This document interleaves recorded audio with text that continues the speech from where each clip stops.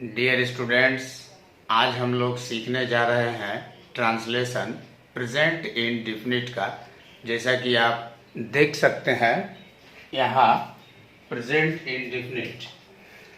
याद रहे, ये प्रेजेंट इंडेफिनिट का जो ट्रांसलेशन है वो एक्टिव वॉइस का ट्रांसलेशन है। एक्टिव वॉइस और पैसिव वॉइस दोनों में प्रेजेंट इंडेफिनिट का अलग अलग नियम, अलग अलग रूल होता है।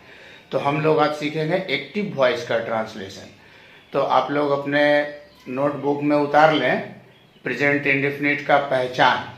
वाक्य के अंत में ता है, ती है, ते हो रहे तो वो प्रेजेंट इंडेफिनिट होता है, जैसा कि आप स्क्रीन पर देख रहे हैं।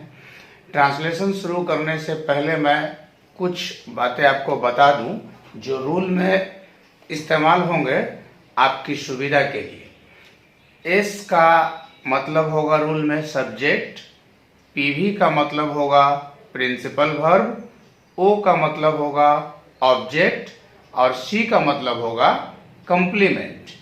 तो ये लेटर्स आपको रूल में मिलेंगे। प्रेजेंट इंडेफिनिट में ये 4 रूलों पर ट्रांसलेशन आज आप सीखेंगे, जिसमें अगर कोई अफर्मेटिव वाक्य होता है, जैसे मैं घर जाता हूं, तो आप 1 नंबर रूल का इस्तेमाल करें। अगर ता है, ती है, ते हो ऐसा रहने पर उसमें अगर नहीं भी लगा हो तो 2 नंबर रूल का इस्तेमाल करें। अगर उस वाक्य में क्या लगा हो तो 3 नंबर रूल का इस्तेमाल करें। और अगर उस वाक्य में क्या और नहीं दोनों हो तब आप 4 नंबर रूल का इस्तेमाल करें। पहला रूल है सब्जेक्ट प्लस PV1 या 5 प्लस ऑब्जेक्ट या कंप्लीमेंट। एस मतलब सब्जेक्ट, PV मतलब प्रिंसिपल वर्ब। प्रिंसिपल वर्ब के जगह पर अक्सर रूल में सिर्फ भी वर्ब भी लिखा जाता है, पर हेल्पिंग वर्ब भी होता है और मेन वर्ब भी होता है, प्रिंसिपल वर्ब जिसे कहते हैं। इसीलिए मैंने PV1 लिखा है या PV5 मतलब प्रिंसिपल वर्ब, मेन वर्ब का पहला या 5वां रूप। और O/C मतलब ऑब्जेक्ट या कंप्लीमेंट का इस्तेमाल करें। अब आगे सीखने से पहले आप लोगों को ये जानकारी भी जरूरी है कि हम लोग कहाँ पर प्रिंसिपल वर्ब का मतलब वर्ब का पहला रूप इस्तेमाल करेंगे और कहाँ पर वर्ब का 5वां रूप इस्तेमाल करेंगे। तो इसे भी आप नोट करें कि जब फर्स्ट पर्सन हो सब्जेक्ट के जगह पर, जैसे आई या वी, जैसा कि आप स्क्रीन पर देख रहे हैं। सेकंड पर्सन हो यू, या थर्ड पर्सन हो प्लूरल सब्जेक्ट हो, तो आप प्रिंसिपल वर्ब का पहला रूप का इस्तेमाल करें। और अगर थर्ड पर्सन सिंगुलर सब्जेक्ट आप सब्जेक्ट के जगह पाते हैं, जैसे ही, शी, इट, इस तरह से, या किसी एक का नाम, तो वो सिंगुलर थर्ड पर्सन है। इसलिए ऐसे जगह पर आप प्रिंसिपल वर्ब के 5वां रूप का इस्तेमाल करें। 5वां रूप का मतलब होता है अगर आप वर्ब में एस या ईएस लगा देते हैं तो वही 5वां रूप है। जैसे गो में ईएस लगा देते हैं तो गोज, ये वर्ब का 5वां रूप हुआ। कम में एस लगा देते हैं, कम्स। रीड में अगर एस लगा देते हैं, रीड्स। तो ये एस या ईएस लग जाने से वर्ब का 5वां रूप होता है। अब हम आते हैं ट्रांसलेशन में। जैसे मैं आपसे अनुरोध करता हूं, तो सबसे पहले तो आपको वाक्य को पहचानना होगा कि ये प्रेजेंट इंडेफिनिट है या नहीं है। आप इस वाक्य के अंत में देखें, ता हूं आया, तो जब ता हूं है तो ये प्रेजेंट इंडेफिनिट है। 2 नंबर में जैसा कि पहचान में बताया गया है, वाक्य के अंत में ता है, ती है, ते हो या ता हूं ऐसा रहता है तो वो प्रेजेंट इंडेफिनिट होता है। और ऐसे वाक्य से किसी काम के वर्तमान समय में प्रेजेंट टाइम में होने का पता चलता है। 2 नंबर में अंत में देखे, तुम घर जाते हो, ते हो है। 3 नंबर में मैं, तुम और वह खाना खाते हैं, ते हैं आया। वे जानते हैं, ते हैं आया। 5 नंबर में वह सटा सटा कर लिखता है, ता है आया। 6 नंबर में राखी किताब पढ़ती है, ती है आया। तो इस तरह से जब आप देखेंगे ता है, ती है, ते हो रहे, तो आप इस रूल का इस्तेमाल करेंगे subject plus verb principal verb का पांचवा या पहला रूप और फिर ऑब्जेक्ट या कंप्लीमेंट। तो अब 1 नंबर ट्रांसलेशन में हम आते हैं। देखिए, मैं आपसे अनुरोध करता हूं, इसमें सबसे पहले आपको सब्जेक्ट लगाना है, उसके बाद प्रिंसिपल वर्ब लगाना है, उसके बाद ऑब्जेक्ट या कंप्लीमेंट लगाना है। तो एकदम नीचे से समझाने के लिए अगर कोई नया स्टूडेंट है तो उनके लिए भी सुविधा होगा, मैं बता दूं कि आप सब्जेक्ट ढूंढेंगे कैसे। किसी वाक्य में जो काम होता है वो काम को करने वाला सब्जेक्ट है, जिसे हिंदी में कर्ता कहते हैं। या आप उस वाक्य में कौन सा प्रश्न पूछें, उसका जो जवाब होगा वही सब्जेक्ट होगा। जैसे मैं आपसे अनुरोध करता हूं, कौन अनुरोध करता है? मैं। तो मैं यहाँ पर सब्जेक्ट है, इसलिए सबसे पहले आई लीजिए। और एक एग्जाम्पल देख ले, जैसा 2 नंबर में आप देख रहे हैं, तुम घर जाते हो। पूछिए कौन घर जाता है, जवाब मिलेगा तुम। तो तुम यहाँ पर सब्जेक्ट है, इसलिए सब्जेक्ट के जगह पर यू का इस्तेमाल होगा। तो ये हुआ सब्जेक्ट पहचानने का तरीका। अब दूसरा है वर्ब पहचानना। जो काम उस वाक्य में होता है वो काम को ही वर्ब बोलते हैं। मेन वर्ब हुआ जैसे आना, जाना, खाना, पीना, सोना, उठना, बैठना, हंसना, रोना, गाना, मरना, जीना, पढ़ना, लिखना, देखना, कूदना, फांदना, गाली देना, गाली सुनना। ये वर्ब है जो काम है जिसके अंत में ना होता है। क्रिया के मूल रूप में हिंदी में वर्ब के मूल रूप में ना रहता है। लेकिन जैसे जाना का रूप बदलता है, जाता है, जाता था, जाओगे, जा रहा है। तो ये जाना यहाँ पर वर्ब है 2 नंबर में। और 1 नंबर में अनुरोध करना। तो अनुरोध करना एक वर्ब है क्योंकि यह एक काम है। तो ये हुआ वर्ब। उसके बाद किससे अनुरोध करता है या कहाँ जाता है या क्यों करता है, वो ऑब्जेक्ट या कंप्लीमेंट के जगह पर वर्ब के बाद लिखे। ऑब्जेक्ट और कंप्लीमेंट का अंतर समझने के लिए विस्तार से बताना होगा, इसलिए आज मैं सिर्फ प्रेजेंट इंडेफिनिट के ट्रांसलेशन पर चर्चा करता हूँ।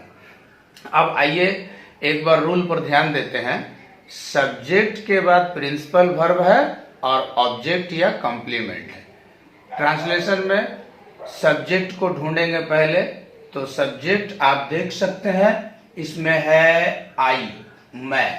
ये सब्जेक्ट है, इसलिए हम लोग सबसे पहले आई का इस्तेमाल करेंगे रूल के अनुसार। अब रूल में आप लोगों ने देखा है कि सब्जेक्ट के बाद प्रिंसिपल वर्ब ढूंढना है, पहला या 5वां रूप। तो हम लोग यहाँ पर देखते हैं कि वर्ब है अनुरोध करता हूँ। तो अनुरोध करना का इंग्लिश होता है रिक्वेस्ट, यही है वर्ब। और फिर अनुरोध किससे करते हैं? आपसे। तो आपसे का इंग्लिश होगा यू। इस तरह से हम लोग देख सकते हैं, आई रिक्वेस्ट यू, पहले सब्जेक्ट, फिर मेन वर्ब जिसे प्रिंसिपल वर्ब बोलते हैं, फिर ऑब्जेक्ट। आई रिक्वेस्ट यू, मैं आपसे अनुरोध करता हूं। एक बार आपको याद दिला दूं कि रिक्वेस्ट में एस कब लगेगा, कब नहीं लगेगा। तो आपको ध्यान रहे कि जब आप थर्ड पर्सन सिंगुलर सब्जेक्ट पाएंगे तभी आप वर्ब के साथ एस लगाना है। तो यहाँ पर हम लोग आई फर्स्ट पर्सन पाए हैं, इसलिए यहाँ पर वर्ब में एस नहीं लगेगा। केवल थर्ड पर्सन सिंगुलर सब्जेक्ट होगा, जैसे ही, सी, इट, या किसी एक का अगर नाम हो, विलियम या फ्लावर या रेखा या अमिताभ या अकबर या राम, कोई एक हो, सिंगुलर है, तब थर्ड पर्सन सिंगुलर होने पर वर्ब में एस लगेगा। अन्यथा सब्जेक्ट V1 ऑब्जेक्ट। अगर थर्ड पर्सन सिंगुलर सब्जेक्ट हुआ तो वर्ब में एस लगा देंगे। उसी रूल के अनुसार आप देख सकते हैं, तुम घर जाते हो। तुम घर जाते हो में हमारा काम है सबसे पहले सब्जेक्ट खोजना, फिर प्रिंसिपल वर्ब, फिर ऑब्जेक्ट या कंप्लीमेंट। तो इसमें सब्जेक्ट कौन है? तुम घर जाते हो। कौन घर जाता है? तुम घर जाते हो। तो तुम सब्जेक्ट हुआ यहाँ, इसलिए सबसे पहले हम लोग लिखेंगे यू। उसके बाद वर्ब लिखना है।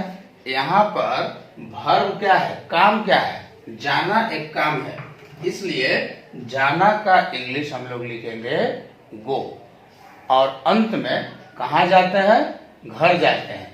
तो टू हाउस, कहीं जाने के लिए टू लगा करके लिखना होगा, to house, to Bombay, to Delhi, इस तरह से।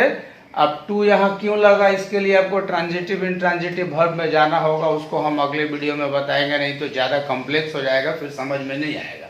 सिर्फ यहाँ इतना याद रखें कि कहीं जाना हो तो टू लगा करके उस जगह का नाम दे, टू दिल्ली, टू बॉम्बे।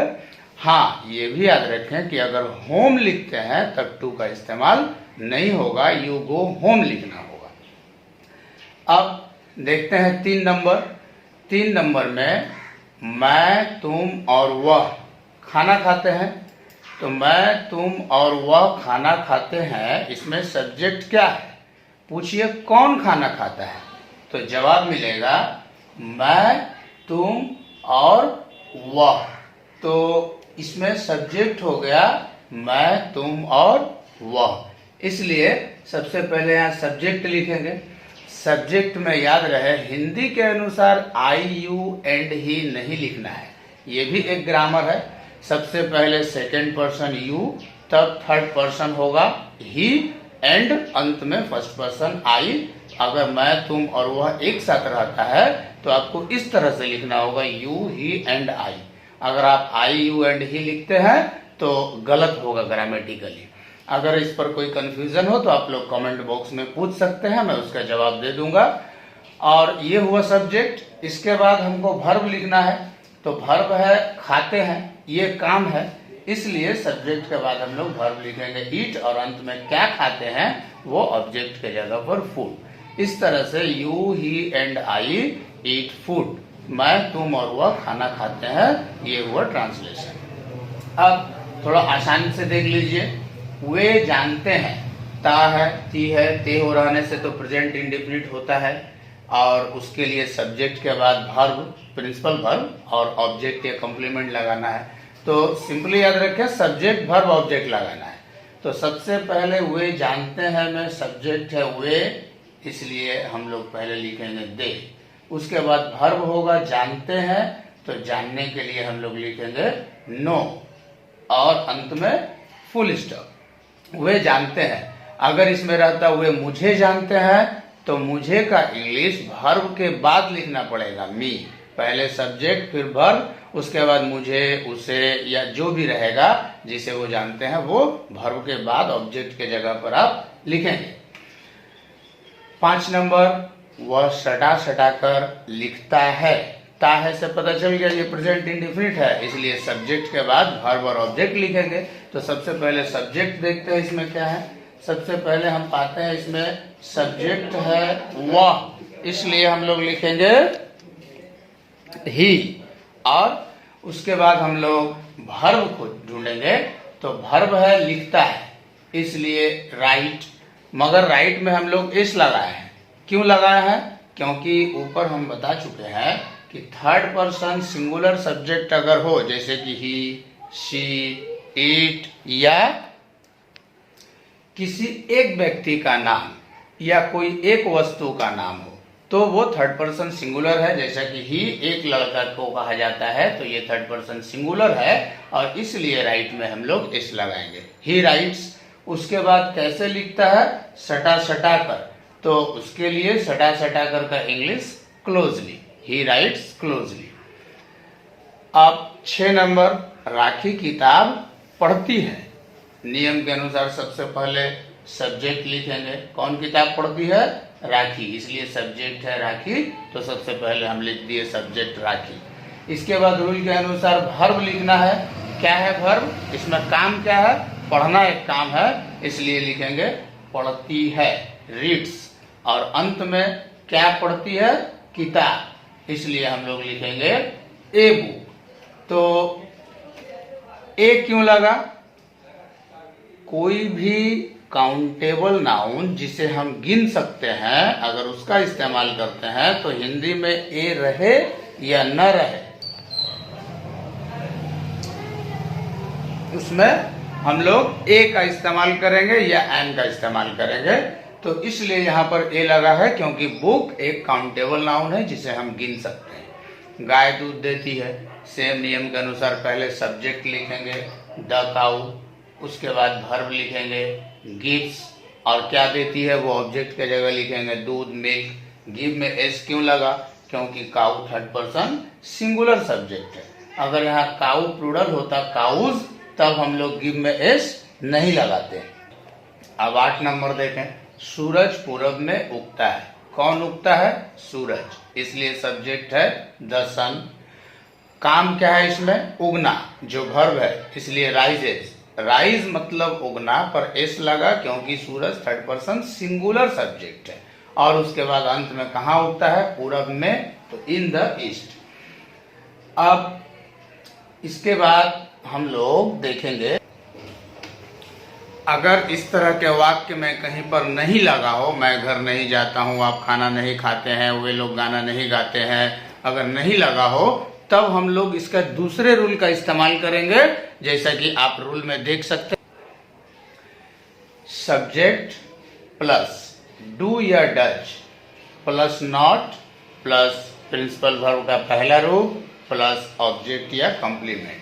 तो इस ट्रांसलेशन को आगे बताने से पहले मैं आपको ये समझा दूं कि आप डू कहाँ इस्तेमाल करेंगे और डज कहाँ इस्तेमाल करेंगे। फर्स्ट पर्सन आई और वी के साथ डू का इस्तेमाल होगा। अगर सब्जेक्ट की जगह आई है तो आई डू नॉट, वी है तो वी डू नॉट, इस तरह से इस्तेमाल करें। अगर सेकंड पर्सन है यू, तो यू के साथ भी डू का इस्तेमाल होगा। अगर नहीं लिखना है तो यू डू नॉट, इस तरह से लिखना होगा। थर्ड पर्सन का प्लूरल सब्जेक्ट अगर हो, जैसे दे, वे लोग, अकबर एंड रंजन, ये इसमें 2 व्यक्ति हैं, तो ये प्लूरल हुआ, इसलिए डू। और अगर थर्ड पर्सन का सिंगुलर सब्जेक्ट हो, जैसे ही, शी, इट, या किसी एक व्यक्ति का नाम अमरीश वगैरह, तो आपको डज लगाना है, और नहीं के लिए not, does not. He does not, she does not, it does not, Amrish does not, इस तरह से इस्तेमाल करना होगा। तो डू और डज का इस्तेमाल याद रखें, और रूल को एक बार देख ले। सब्जेक्ट के बाद डू या डज के साथ नॉट लगेगा, मतलब सब्जेक्ट के साथ डू नॉट या डज नॉट लगेगा, फिर वर्ब और ऑब्जेक्ट लगेगा। तो अब आते हैं ट्रांसलेशन पर।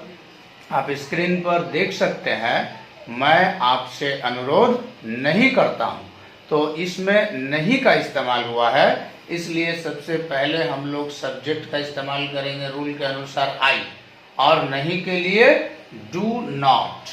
आई डू नॉट क्योंकि आई फर्स्ट पर्सन है। उसके बाद वर्ब अनुरोध करना का, रिक्वेस्ट, और ऑब्जेक्ट होगा आपसे का you. I do not request you, मैं आपसे अनुरोध नहीं करता हूँ। दूसरा है तुम घर नहीं जाते हो, तो इसमें सबसे पहले सब्जेक्ट यू, उसके बाद नहीं के लिए डू नॉट का इस्तेमाल होगा, जैसा कि पहले भी बताए हैं कि सेकंड पर्सन में डू, तो नहीं के लिए डू नॉट। उसके बाद वर्ब गो, और उसके बाद कहाँ जाना है, टू हाउस, ये ऊपर भी बताया जा चुका है। अब आते हैं 3 नंबर में। 3 नंबर में वे जानते नहीं हैं या वे नहीं जानते हैं, एक ही बात है। तो सबसे पहले सब्जेक्ट लिखेंगे, वे के लिए दे, उसके बाद नहीं के लिए डू नॉट का इस्तेमाल होगा, और जानना वर्ब है तो नो का इस्तेमाल होगा, अंत में फुल स्टॉप दे। तो दे डू नॉट नो, वे नहीं जानते हैं। 4 नंबर वह सटा सटा कर नहीं लिखता है, तो सबसे पहले सब्जेक्ट लिखें, वह। कौन सटा सटा कर नहीं लिखता है? वह, इसलिए ही। नहीं के लिए डज नॉट का इस्तेमाल होगा, ऐसा बताया गया है। ही थर्ड पर्सन सिंगुलर सब्जेक्ट है, थर्ड पर्सन सिंगुलर सब्जेक्ट के साथ डज का इस्तेमाल होगा, इसलिए ही डज नॉट, फिर वर्ब राइट लिखना का, और जो बाकी बचा सटा सटा कर क्लोजली वो अंत में लिखेंगे। 5 नंबर में राखी किताब नहीं पढ़ती है, इसमें कौन किताब नहीं पढ़ती है? राखी, इसलिए सब्जेक्ट हुआ राखी। उसके बाद नहीं के लिए राखी थर्ड पर्सन सिंगुलर सब्जेक्ट है, इसलिए यहाँ पर डज का इस्तेमाल होगा, और नहीं के लिए डज के साथ नॉट लगेगा, राखी डज नॉट। और इतना के बाद वर्ब और ऑब्जेक्ट, तो पढ़ना के लिए रीड, और किताब के लिए a book. Rakhi does not read a book, Rakhi किताब नहीं पढ़ती है। ये हो गया English, Rakhi does not read a book.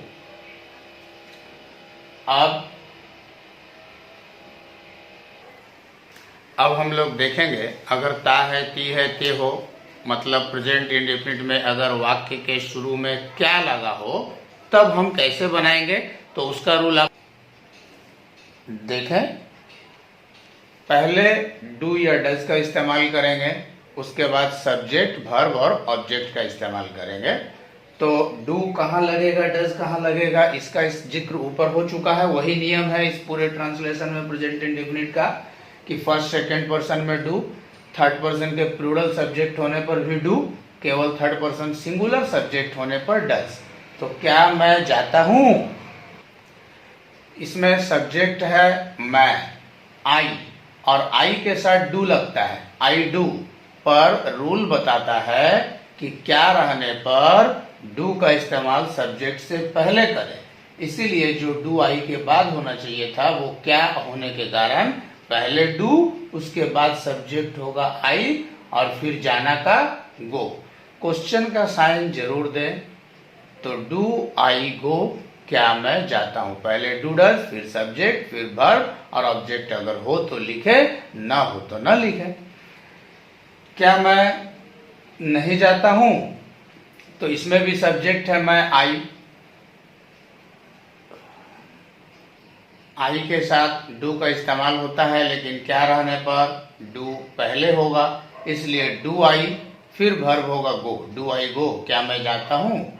क्या वह खाती है, तो वह लड़की है, खाती है, इसलिए सब्जेक्ट है यहाँ सी, और रूल के अनुसार डज लगना चाहिए सी में, और क्या रहने पर डू या डज पहले लगता है, इसीलिए डज सी लिखेंगे। पहले डज, फिर सब्जेक्ट सी, उसके बाद वर्ब होगा ईट, क्या वह खाती है, डज सी ईट। अगर रहता क्या वह आम खाती है, तो ईट के बाद ए मैंगो लिखना पड़ता। इसके बाद अगर क्या और नहीं दोनों एक साथ वाक्य में रहे, तो डू या डज को क्या के लिए पहले लिख देंगे सब्जेक्ट से पहले, और नहीं के लिए नॉट को लिखेंगे सब्जेक्ट के बाद। इसलिए रूल हो जाएगा डू या does plus subject plus not, उसके बाद वर्ब, प्रिंसिपल वर्ब या मेन वर्ब जिसे कहते हैं, फिर ऑब्जेक्ट या कॉम्प्लीमेंट का इस्तेमाल होगा। तो ये है रूल। आप स्क्रीन पर इसे देखिए, स्क्रीन पर रूल, डू या डज प्लस सब्जेक्ट, उसके बाद नॉट, प्रिंसिपल वर्ब, पहला रूप ऑब्जेक्ट या कॉम्प्लीमेंट। याद रहे, सिर्फ पहला ट्रांसलेशन जो हम लोग सीखे थे, जिसमें न तो नहीं रहता है न क्या रहता है, उसमें वर्ब का पांचवा रूप का इस्तेमाल होता है। आप लोग यहाँ पर एक बार देख सकते हैं कि प्रिंसिपल वर्ब का पहला रूप या पांचवा रूप सिर्फ पहला फॉर्मूला में, बाकी जितना भी रूल है उन सब रूल में V1 का इस्तेमाल हुआ है। इसको आप याद रखें। सिर्फ जब अफर्मेटिव सेंटेंस होगा, मैं घर जाता हूँ, तुम खाते हो, सीधा बात रहेगा, जिसमें नहीं भी ना रहे और क्या भी ना रहे, तभी V5 का इस्तेमाल होगा। क्योंकि बाकी ट्रांसलेशन में जहां पर थर्ड पर्सन सिंगुलर आता है वहां पर डज लग जाता है, जिसमें ES लगा हुआ है, इसीलिए मेन वर्ब में फिर SES या V5 नहीं होता है। ये बात ध्यान में रखें। अब आ जाते हैं जिसमें बताना था, जिसमें क्या भी रहे और नहीं भी रहे। तो जैसा मैंने कहा कि क्या रहने पर डू या डज का इस्तेमाल आगे हो जाएगा, और नहीं रहने पर नॉट का इस्तेमाल सब्जेक्ट के बाद होगा, तब फिर वर्ब और ऑब्जेक्ट। तो अब आप लोग यहाँ देख लें, एक नंबर में क्या वह नहीं खाती है, इसमें क्या भी है, यहाँ देखिए, और नहीं भी है। तो दोनों रहने के कारण ये जो सब्जेक्ट है वह सी, तो क्या के लिए डज लगा है सी से पहले, और नहीं के लिए नॉट लगा है सी के बाद। उसके बाद फिर वर्ब होगा खाती है, खाना का ईट। तो रूल के अनुसार ऊपर आप देख सकते हैं, यहाँ पर सबसे पहले डू या डज, इसलिए यहाँ पर क्या के लिए डज पहले लगा है। उसके बाद सब्जेक्ट है तो वह के लिए शी है। उसके बाद नॉट है तो यहाँ पर नॉट लगा है। उसके बाद प्रिंसिपल वर्ब या मेन वर्ब का पहला रूप है, तो फिर यहाँ वर्ब जो खाती है उसका इंग्लिश ईट लगा है। इस तरह से डज शी नॉट ईट, क्या वह नहीं खाती है, ये हुआ इंग्लिश। अब दूसरा एग्जाम्पल भी देख लें। क्या तुम मुझे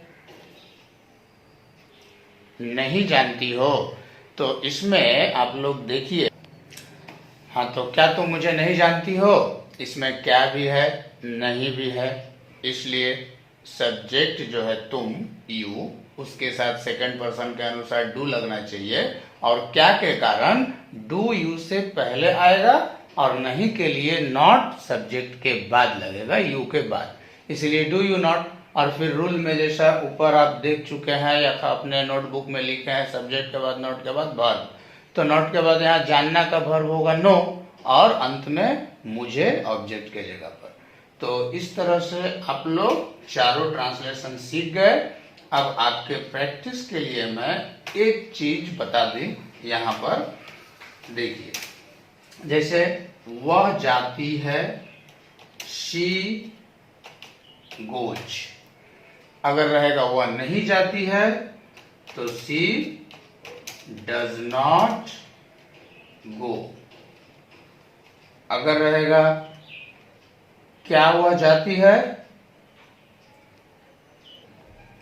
डज सी गो, क्या आने से डज आगे आ गया, सी थर्ड पर्सन सिंगुलर सब्जेक्ट है इसलिए डज, अगर यहाँ यू होता तो डू, आई होता तो डू, ही होता तो डज, तो इस तरह से डज सी गो। और अगर रहे क्या वह नहीं जाती है, क्या भी रहे और नहीं भी रहे तो does she not go, question का साइन। ये हुआ आपका प्रेजेंट इंडेफिनिट का एक्टिव वॉइस का ट्रांसलेशन। अगर कोई भी परेशानी लगे तो आप कमेंट बॉक्स में पूछ लें, मैं उसका जवाब दे दूंगा, और आशा करता हूँ आप लोगों को ये ट्रांसलेशन समझ में आएगा, और कोई दिक्कत हो तो आप मुझे ज़रूर बताएं, ताकि अगले वीडियो में आपके सुविधा के